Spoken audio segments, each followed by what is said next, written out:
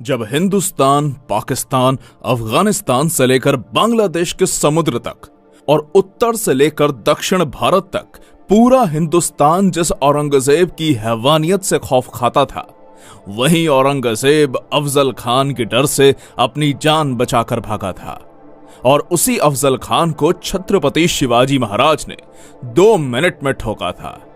अफजल खान को मारने के बाद पूरे हिंदुस्तान में कोई मुस्लिम बादशाह नहीं बचा था जो छत्रपति शिवाजी महाराज के साम्राज्य को रोक सकता था।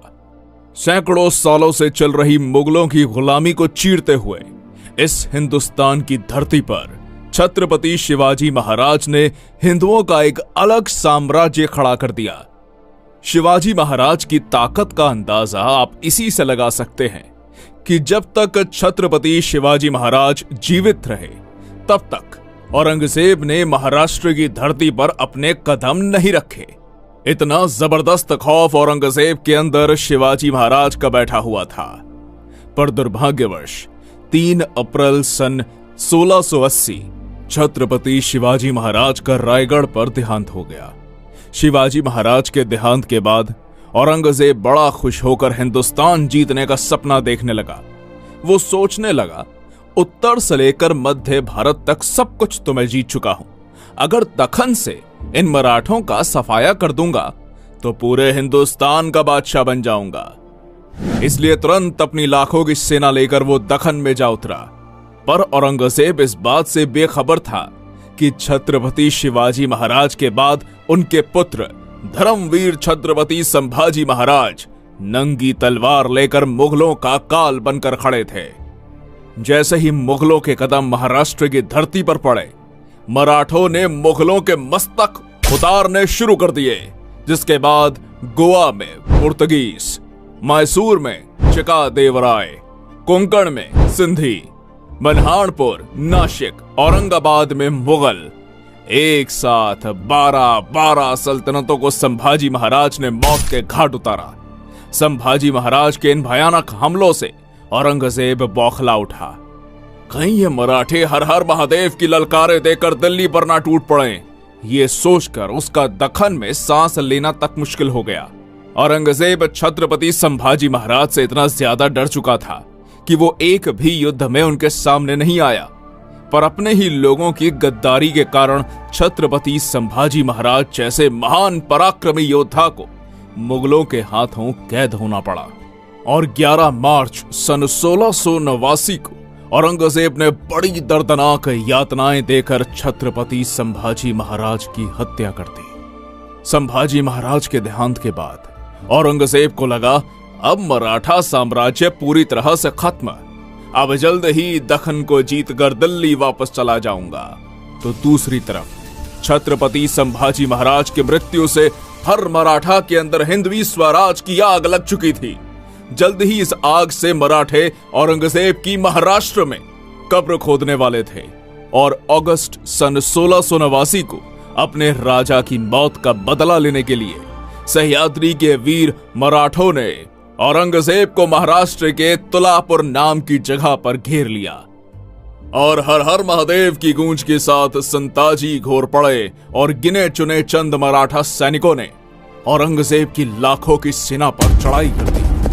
वीर मराठा योद्धा संताजी घोरपड़े ने अपनी खूनी तलवार से मुगल सैनिकों के मुंड काट दिए। मुगल छावनी में घुसकर मराठों ने ऐसा मौत का तांडव मचाया कि हजारों मुगल सैनिकों को काटकर मौत के घाट उतार दिया। मराठों के हाथों हो रही मुगलों की ऐसी भयानक मौत देखकर औरंगजेब का दिमाग ही रास्ते से फिर गया और जान बचाने के लिए वो कायर औरंगजेब उसी क्षण युद्ध छोड़कर भाग गया। औरंगजेब का नसीब अच्छा था कि वो भागने में सफल रहा, नहीं तो मराठे उसे वहीं काटकर जिंदा जमीन में दफना देते। इस युद्ध में भले ही औरंगजेब की जान बच गई, पर पूरे हिंदुस्तान में उसकी इज्जत लुट गई। मराठे यही नहीं रुके, उन्होंने मुगल छावनी के ऊपर के 2 सोने के कलश काटकर पूरी मुगल छावनी को तबाह कर दिया। जिस औरंगजेब की क्रूरता और कट्टरता के कारण पूरे हिंदुस्तान के राजे महाराजे थर थर कांपने लगते थे, उसी औरंगजेब को मराठों की खौफनाक सेना ने दौड़ा दौड़ा के मारा। तुलापुर में हुई शर्मनाक हार से औरंगजेब पूरी तरह टूट चुका था। इसलिए मराठों से बदला लेने के लिए उसने दक्षिण भारत के सबसे ताकतवर सरदार कासिम खान को आदेश जारी किया। अब कासिम खान ने संताजी घोरपड़े को पकड़ने के लिए कर्नाटक के तलाकू गांव में एक मजबूत घेरा बनाकर मराठों का रास्ता रोक लिया। पर मराठे भी कहां रुकने वाले थे। मराठों ने कासिम खान के इस घेरे को तोड़कर और मुगलों की छाती को चीरकर कर्नाटक के तलाकू गांव में जबरदस्त मारकाट मचा दी। मराठों के अग्नि बाण मुगलों की छाती को चीरते हुए आर पार निकल रहे थे।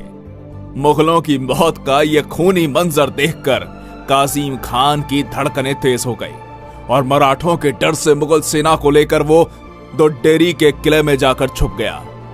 मराठों के पराक्रमी योद्धाओं ने दोड्डेरी के किले को चारों तरफ से घेर लिया। अब मराठा सरसेनापति संताजी घोरपड़े ने अपनी चाल चली और किले के दरवाजे को बाहर से बंद करके हजारों मुगल सैनिकों को कैद करके मार डाला। जो भी मुगल सिपाही किले से बाहर आने की कोशिश करते, मराठे बंदूक की गोलियां चलाकर उन्हें मार डालते। एक तरीके से देखा जाए तो मराठे उन्हें तड़पा तड़पा के मार रहे थे। किले के अंदर खाने के लिए कुछ भी ना होने के कारण घोड़े, हाथी, कुत्ते जैसे जानवर मुगलों ने मारकर खाए। और यहां पर ध्यान देने वाली बात यह है कि जिस कासिम खान को औरंगजेब ने मराठों को मारने के लिए भेजा था, उसी कासिम ने मराठों के डर से किले के अंदर फांसी लगाकर खुदकुशी कर ली। पूरे हिंदुस्तान के इतिहास में मुगलों का ऐसा हाल कभी किसी ने नहीं किया जितना मराठों ने मुगलों का दोड्डेरी के किले में किया। अली मर्दान खान, रुस्तम खान, खुदाबंद खान, हसन अली खान जैसे अनेक ताकतवर योद्धा दिन रात एक करके मराठों का पीछा करते, पर मराठों ने औरंगजेब को नहीं छोड़ा तो भला ये मुगल सरदार मराठों का क्या उखाड़ लेते। उत्तर में उज्जैन से लेकर दक्षिण भारत में मछलीपट्टनम तक मराठों ने मुगल सेना को काट काट कर ऐसा कत्लेआम मचाया कि दक्खन से मुगल सल्तनत का सफाया कर दिया। इधर औरंगजेब विशालगढ़ को घेरा बनाकर बैठा था, तो उधर मराठों ने बुरहानपुर में घुसकर पूरे शहर को तबाह कर दिया। बुरहानपुर के सूबेदार बैदर बख्त और अली मर्दान खान को पकड़कर मराठों ने उनके शरीर के कपड़े छोड़कर सब कुछ लूट लिया। कहा, रोको इन काफिर मराठों को। उठते बैठते जागते सोते सब तरफ मराठे ही मराठे नजर आते। या अल्लाह, होंगे कामयाब या ऐसे ही लौटना पड़ेगा खाली हाथ। ऐसा चिल्लाते चिल्लाते औरंगजेब का महाराष्ट्र में दम घुट रहा था, पर मराठे रुकने का नाम ही नहीं ले रहे थे। ना पराजय की चिंता, ना मौत का डर। मराठे सिर्फ एक ही बात जानते, उड़ाने मुगलों के सर। अब बारी थी मुगलों के घर में घुसकर। इसलिए वीर मराठा योद्धा धनाजी जाधव ने 80,000 की मराठा फौज इकट्ठा करके 4 मार्च सन 1706 को गुजरात पर चढ़ाई कर दी। गुजरात के रतनपुर के युद्ध मैदान में धनाजी जाधव ने अपनी तलवार से ऐसा कत्लेआम मचाया कि नर्मदा की बहती धाराएं भी मुगलों के रक्त से लाल पड़ गई। इस घमासान युद्ध में जो भी मुगल सैनिक मराठों के हाथ में आते, मराठे उनकी गर्दन काटकर सीधा अल्लाह के पास पहुंचा देते। आधी से ज्यादा मुगल सेना मराठों के खूनी तलवार से कट चुकी थी। अनेक जिहादी रणभूमि छोड़कर भाग रहे थे। कुछ नर्मदा नदी में कूद गए और बाकी बची हुई मुगल सेना को मराठे घसीट कर ले गए। खुद गुजरात के सूबेदार अब्दुल हमीद खान ने मराठा सरसेनापति धनाजी जाधव के पैर पकड़ लिए।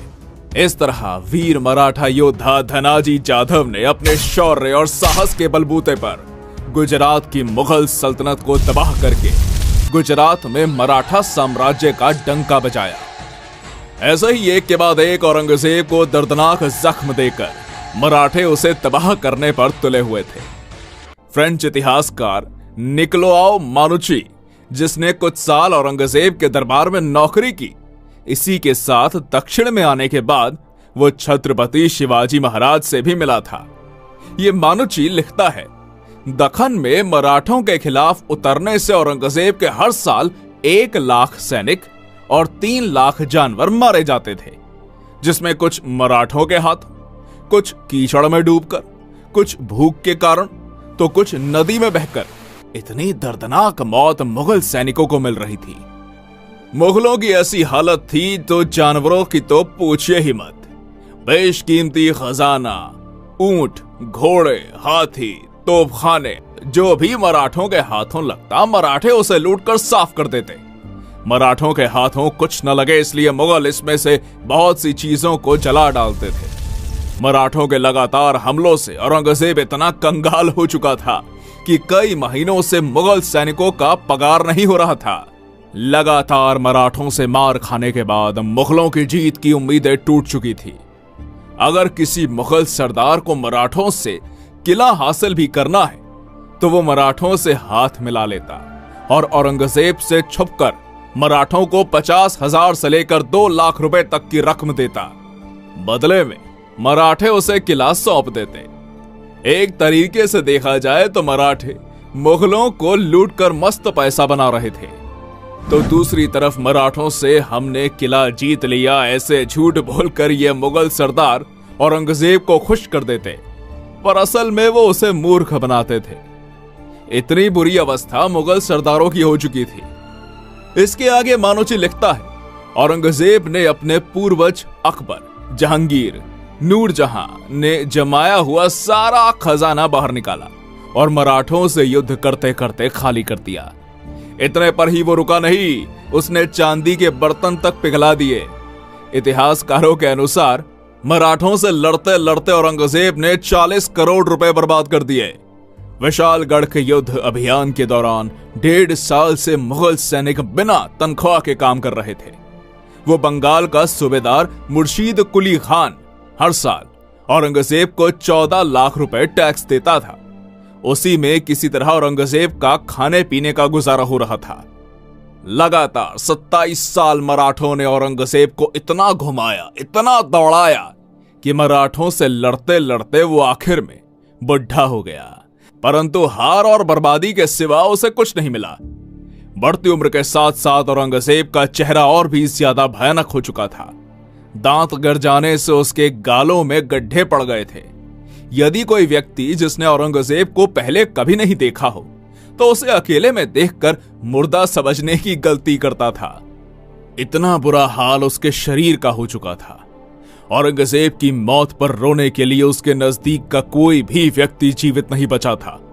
अपने बाप और भाई को तो उसने खुद ही मरवा डाला था। इसके अलावा उसकी 3 बेगमें, 2 बेटे तथा नाती पोती, बहन बेटी सभी की मृत्यु इसकी आंखों के सामने हो चुकी थी। अपने ही किए हुए पापों की शिक्षा उसे जिंदा रहते मिल चुकी थी। अब औरंगजेब की मृत्यु का समय निकट आ चुका था, इसलिए मरने से पहले वो एक बार दिल्ली जाना चाहता था। पर जैसे ही मराठों को पता चला कि औरंगजेब बीमार है और दिल्ली जाना चाहता है, तो मराठों ने तुरंत अहमदनगर को चारों ओर से घेरकर मुगल प्रदेशों में लूटपाट मचा दी। इसी बीच औरंगजेब भयानक दर्द और पीड़ा से गुजर रहा था, पर मराठों के कारण उसे इलाज मिलना भी संभव ना हो पाया और 3 मार्च सन 1707 को महाराष्ट्र के अहमदनगर में वो नीच औरंगजेब तड़प तड़प के मर गया और हिंदुस्तान का बादशाह बनने का उसका सपना उसी की कब्र के साथ दफन हो गया। पढ़ लेना कभी औरंगजेब का मृत्यु पत्र, सिर्फ एक ही हिंदू राजा का नाम आएगा, छत्रपति शिवाजी महाराज का मराठा साम्राज्य। दोस्तों, इस वीडियो का टारगेट है 2000 लाइक। उम्मीद है आप जरूर पूरा करेंगे।